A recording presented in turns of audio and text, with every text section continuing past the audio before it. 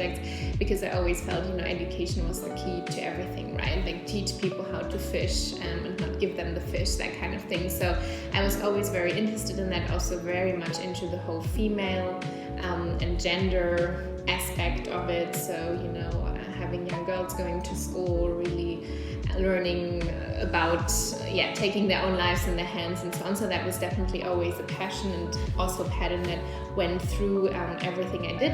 I think the key thing, and this is interesting also now, looking at education, what I want to change, I think my key theme was always, I was always looking, how can I make a difference, right? Like, how can I change the world for the better?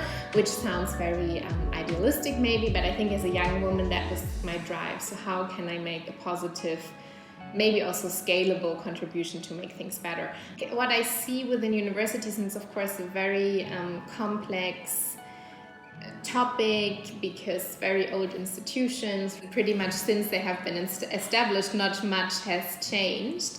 And I think that the challenges we're facing in universities, that pretty much the same, I would say, we also have in schools, right? Like how we deliver content, what content we deliver, how structured or unstructured it is, things like that. And for me, really, and I guess I felt the same thing as well, going out after higher education into the workforce and thinking, I wasn't prepared for this. I felt like I didn't really get the skills and the tools I needed to make my way through the working world, if you want to. Then of course is the question, do we educate for the working world, or do we educate for people to become holistic human beings and follow their curiosity, and does one even exclude the other in today's world? But I think for me it was really that I thought, okay, the working world has changed incredibly. We're facing very different challenges, and we need our higher education system to adjust to it. We're of course also arguing from a very high level, right? When in other countries you don't even have the basics yet of access to schools and to education in general.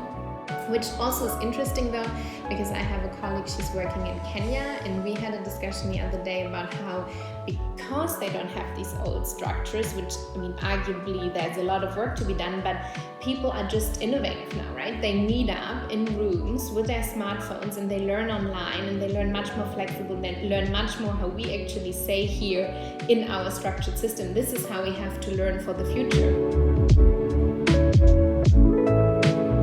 For me, a key thing is really to get comfortable with the uncomfortable. I think that's something to really build some sort of strength to also continuously relearn, be comfortable in uncomfortable situations, be comfortable with change. And for me, it really started out with this seeing as well how young people often, are very lost when they go into the workforce and don't feel equipped, and maybe also sometimes miss their purpose, if you want. Maybe not their whole life, but maybe then at 40 they say, okay, I should have always done it this way, whatsoever. And I think we have so many challenges to tackle right now, and I think enabling people to finding their place and to see how they can make a positive contribution as well, and how they can find their way in all this noise and craziness as well. I think this is something that I would really like to impact on, to then on the larger scale that we can all together make this world a better place.